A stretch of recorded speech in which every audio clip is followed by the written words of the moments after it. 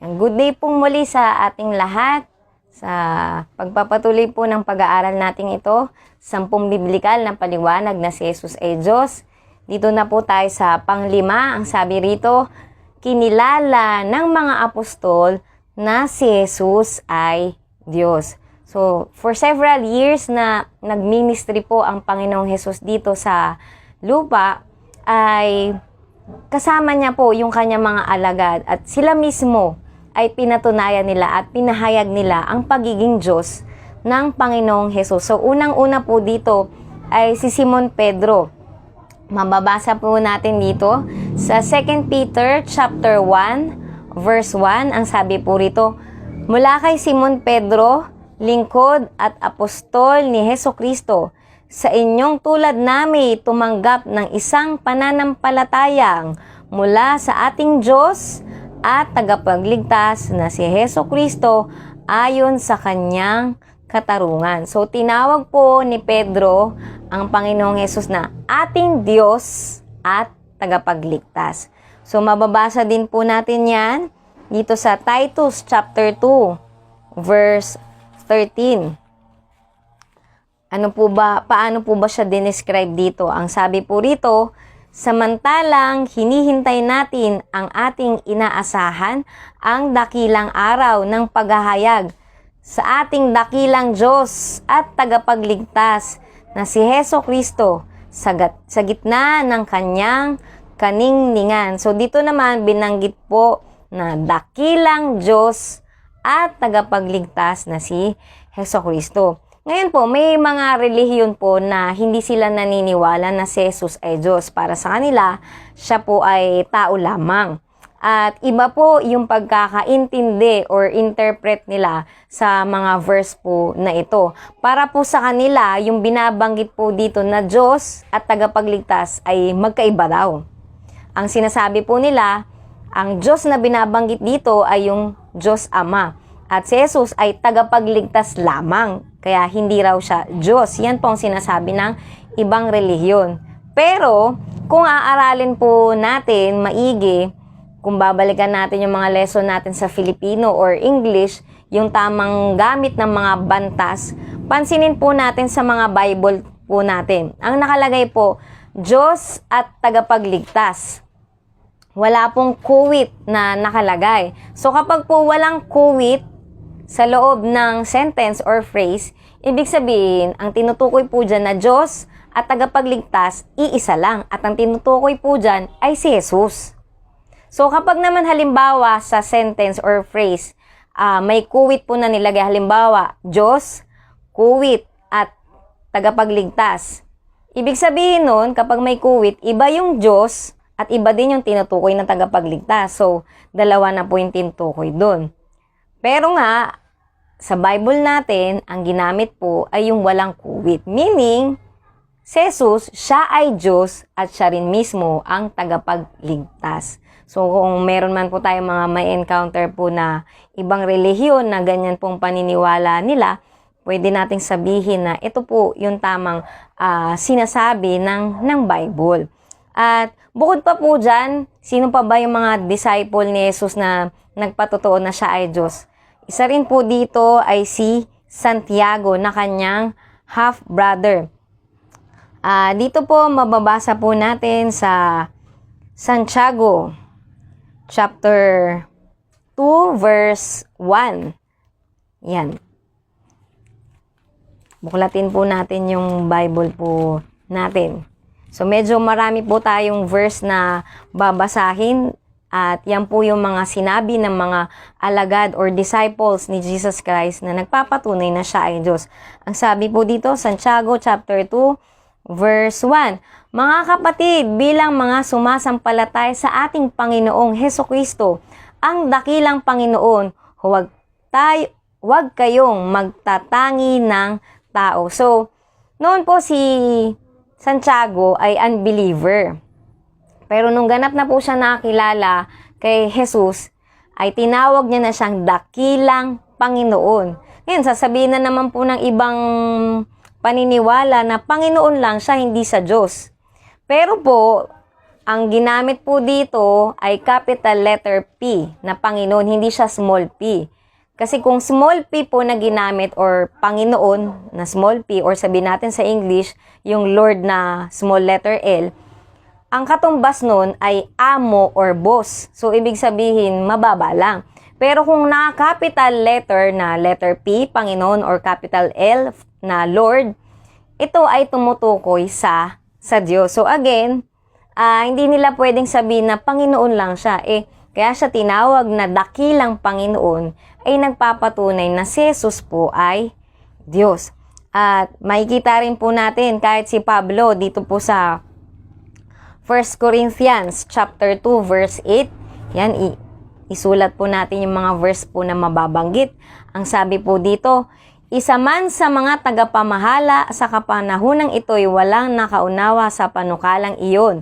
Sapagkat kung naunawaan nila iyon, hindi sana nila ipinako sa krus ang dakilang Panginoon. So again, pansinin niyo po ulit, capital letter P, tinawag ni Pablo si Jesus na dakilang Panginoon. Minsan pa pinatunayan niya na siya ay Diyos. At dito rin po, punta naman po tayo sa Old Testament. Dito po sa Awit, chapter 24, verse 7 to 8. Yan. Ano po ang sinasabi dyan? Sabi niya rito, ang pintuang luma ay buksan ng lubos. Ang dakilang hari ay doon papasok.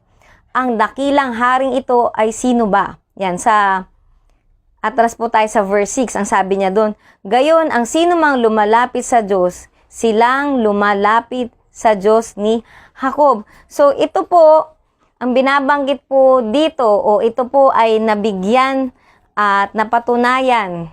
Ito pong propesiya na to ay nabigyang katuparan ng Panginoong Hesus at siya po ang binabanggit dito na dakilang hari na siyang papasok o dakilang Diyos. So kung tao lamang po si Jesus at hindi siya Diyos, bakit siya bibigyan niya ng ganyang klase ng description? Wala naman po tayong maririnig na tao na tinawag siya or ganyan ng pagkakadescribe. Kundi dito po sa mga verse na to, pinapatunayan na ang Panginoong Hesus, siya mismo ay Diyos. So dagdagan pa po natin ng mga verse. Si Juan na isa pa pong disipulo ng Panginoong Hesus. Dito po sa Revelation, kung saan tinawag niya po ang Panginoong Hesus bilang Alpha and Omega. Dito po mababasa natin sa Revelation chapter 1 verse 8. Yan. Buklatin po natin. At maganda po na maisulat po natin yung mga verse at balik-balikan po natin at aralin muli. Sabi po sa Revelation chapter 1 verse 8, ako ang Alpha at ang Omega, wika ng Panginoong Diyos na makapangyarihan sa lahat, Diyos sa kasalukuyan, sa nakaraan, at siyang darating. So last time, di ba po, sa number 4, binanggit ni Jesus na siya ay Diyos noon, ngayon, at magpakailan. Ngayon, binibigyan pong ulit or pansin na sinasabi niya dito, siya ang Alpha at ang Omega na sinasabing Diyos sa kasalukuyan, sa nakaraan, at siya pang darating. Na mismo si John the Beloved, pinapatunayan niya na si Jesucristo ay Diyos mismo. Na siya ang Alpha at ang Omega, the first and last. At sa verse 17, binanggit din po ulit yan. Sabi niya rito, yan, baba lang po kayo ng ilang verse. Same, pa rin po, Revelation chapter 1 pa din. Verse 17, ang sabi, pagkakita ko sa kanya, para akong patay na nalugmok sa paanan niya. Ngunit ipinatong niya sa akin ang kanyang kanang kamay at sinabi, huwag kang matakot. Ako ang simula at ang wakas. Amen. So, pinatunayan po yan. At mababasa din po natin yan. Dito sa verse 18, baba pa po tayo. Sabi, at ang nabubuhay, namatay ako, ngunit masdan mo, ako'y buhay ngayon at mananatiling buhay magpakailanman. Nasa ilalim ng kapangyarihan ko ang kamatayan at ang daigdig ng mga patay. So, isipin po natin na sinong tao ang may kapangyarihan na nasa ilalim niya ang kamatayan? Wala. Tanging si Jesus lang. Bakit? Kasi hindi siya tao, kundi siya ay buhay na Diyos. At pwede po rin natin yan makita sa Isaiah 44 verse 6 na pinapatunayan na siya ang simula at ang wakas. At dito din po, kung maalala nyo, nabanggit na rin po natin itong verse na to sa Colossus chapter 2 verse 9 na sinabi ni Pablo na ang lahat ng pagka-Diyos ay na kay Kristo, na kay Jesus. So lahat, sabi niya, yung deity na yun, yung pagiging Diyos, na kay Jesus lahat. So wala pong maitatanggi na hindi pwedeng tao lang siya or hindi pwedeng maliit na Diyos-Diyosan lang siya, kundi pinapatunayan mismo ng Bible mula sa mga verses po na ito ng Panginoong natin pinaglilingkuran, siyang tunay na Diyos, na hindi ka ililigaw na ito, na meron siyang kapangyarihan at under niya ang kamatayan. Amen po. At dito po, sa Hebreo, yan, mas marami pa pong details or mas marami pa pong description ang ibinigay kung ano po ba ang Panginoong Jesus. Sino po ba siya? Dito po sa Hebreo chapter 1. Yan, sundan niyo po akong lahat. Ang sabi niya po rito, verse 1 at 2. Noong una, nagsalita ang Diyos sa ating mga ninuno sa iba't ibang panahon at sa iba't ibang paraan sa pamamagitan ng mga propeta. Ngunit ngayon, siya'y nagsalita sa atin sa pamamagitan ng kanyang anak. Sa pamamagitan ng anak ay nilikha ng Diyos ang sansinukob at siya ang tinalaga niyang magmay-ari ng lahat ng bagay. So ano po ang binabanggit dito ng Hebreo chapter 1 verse 1 to 2? Na si Jesus ay higit pa sa propeta. Ang sabi nga po, 'di ba, na sa pamamagitan niya nalikha ang lahat. So ito po ay napag-aralan na din po natin ng mga nakaraan. So hindi pwedeng ang tao ay lumikha, kundi si Jesus nalikha niya ang lahat dahilan sa siya ay Diyos. At tignan niyo po dito sa verse 3, ang anak ang magniningning na sinag ng Diyos sapagkat kung ano ang Diyos ay gayon din ang anak. Siya ang nag-iingat sa sansinukob sa pamamagitan ng kanyang makapangyarihang salita. Pagkatapos niyang linisin tayo sa ating mga kasalanan, siya ay lumuklok sa kanan ng Diyos ang makapangyarihan sa lahat. Ang sabi po dito, tayo ay kanyang nilinis. So isipin po natin, kung si Jesus po ay tao lang, kasi alam natin, ang sabi nga, lahat po ng tao ay nagkasala. Sabi ng Romans 3:23. So kung si Jesus po ay tao lamang at nagkasala siya, paano niya malilinis ang ating kasalanan? Gayong pares lang pala tao. Pero hindi nga siya tao. Nagkatawang tao siya at siya ay tunay na Diyos. Kaya naman, magagawa niya tayong iligtas, malinis sa ating mga kasalanan. Kasi hindi siya nanatiling tao eh. Nagkatawang tao siya. Pero siya ay Diyos. Kaya naman, nagawa niya tayong iligtas at malinis sa ating mga kasalanan. So isipin natin, kawawa naman pala ang isang tao kung ang thinking niya, si Jesus ay tao lang. Eh di ibig sabihin, hindi malilinis yung kasalanan niya. Amen po. At isa pa po, dito po sa verse 5, dito po tayo. Sabi niya dito, sapagkat hindi kailanman sinabi ng Diyos sa sino mang anghel, ikaw ang aking anak, ako ang iyong ama. Ni hindi rin niya sinabi sa kanino man sa mga anghel, ako'y magiging kanyang ama at siyang magiging anak ko. At nang susuguin na ng Diyos ang kanyang bugtong na anak sa sanlibutan ay sinabi niya, dapat siyang sambahin ng lahat ng anghel ng Diyos. Ano pong binabanggit dito sa verse 5 at 6? Na si Jesus ay higit pa sa mga anghel. At alam natin ang mga anghel ay nilikha lamang. At sa verse 6 ang sabing ganun, siya ay dapat sambahin ng lahat ng anghel. So again po, kung si Jesus ay tao lamang, bakit sasabihin ng Diyos na karapat-dapat siyang sambahin ng mga anghel? Kaya nga, ulitin ko po, si Jesus hindi siya pwedeng maging tao lang. Kasi karapat-dapat siyang sambahin. At ang dapat lamang sambahin ay walang iba kundi ang Diyos. Amen.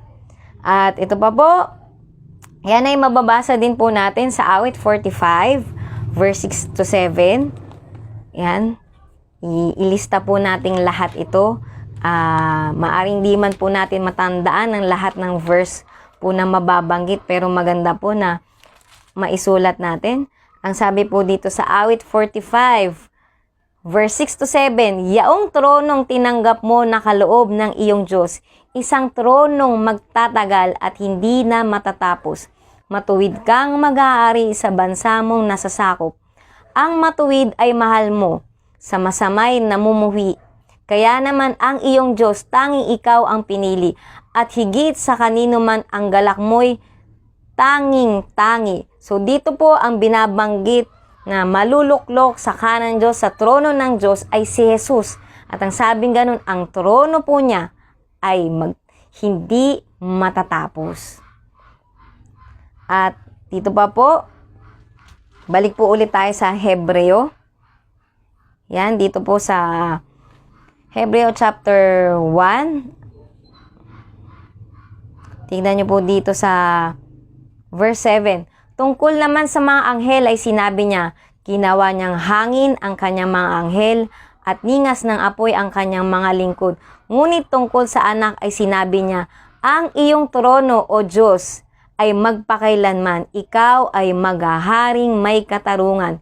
Kinalulugdan mo ang paggawa ng matuwid, ngunit ang pagsuway ay kinamumuhian. So sa Old Testament, nabasa po natin sa awit po yan kanina. At ngayon, pinapaalala niya po na ang trono ng Panginoon at ang binabanggit po dyan ay si Jesucristo. Sabi niya ay magpakailanman. At mismo ang Diyos Ama, tinawag niya si Jesus, ang kanyang bugtong na anak. Sabi niya, ang iyong trono o Diyos. Kung ang Diyos Ama, tinawag niya na nga ang kanyang anak na Diyos, bakit tayong mga tao hindi natin matanggap na si Jesus ay Diyos? Amen po ba? Siya na nga na Diyos na Ama. Tinawag niya si Jesus na ang iyong trono o Diyos. Hindi ba't mas dapat nating i-claim sa buhay natin na ang Panginoong Jesus ay siyang tunay na Diyos? At ang sabi nga po dito, ituloy pa po natin sa verse 9, kaya't hinirang ka ng Diyos na iyong Diyos at pinuspos ng kagalakan higit sa mga kasama mo. Sinabi pa rin niya, ikaw, Panginoon, ang lumikha ng sangkalupaan at ang iyong kamay ang gumawa ng sangkalangitan. So pinatunayan pa minsan na si Jesus ay kasama at siya ang mandilikha. So hindi siya nilikha. Kaya nga, again, hindi po tao si Jesus, kundi siya po ay Diyos. At sa huling verse na lamang po, dito po sa Hebreo chapter 12, verse 2. Ang sabi po dyan, ituon natin ang ating paningin kay Jesus na siyang pinagmulan ng ating pananampalataya at siya ring nagpapasakdal nito dahil sa kagalakang naghihintay sa kanya. Hindi niya ikinahihiya ang mamatay sa krus at siya ngayon naluluklok sa kanan ng trono ng Diyos. So, yan po mula po sa mga verses na yan at mula po sa mga disipulo ng Panginoong Hesus ay nabasa po natin at napatunayan na mula po sa mga lahat ng yan, tingnan nyo po walang tao o propeta na ide-describe po ng kagaya ng mga nabasa natin, kundi ang description na yan ay nakalaan lamang para sa Diyos. At yun po ay ang ating Panginoong Hesus. Amen po. So yan, patuloy po natin itong pag-aralan, balik-balikan, para mas maging firm sa atin na ang Diyos nating pinaglilingkuran ay hindi tao lamang, kundi siyang nabubuhay na Diyos ngayon at magpakailanman. So salamat pong muli sa atin, mag-ingat po tayo at pagpalain ng Panginoon.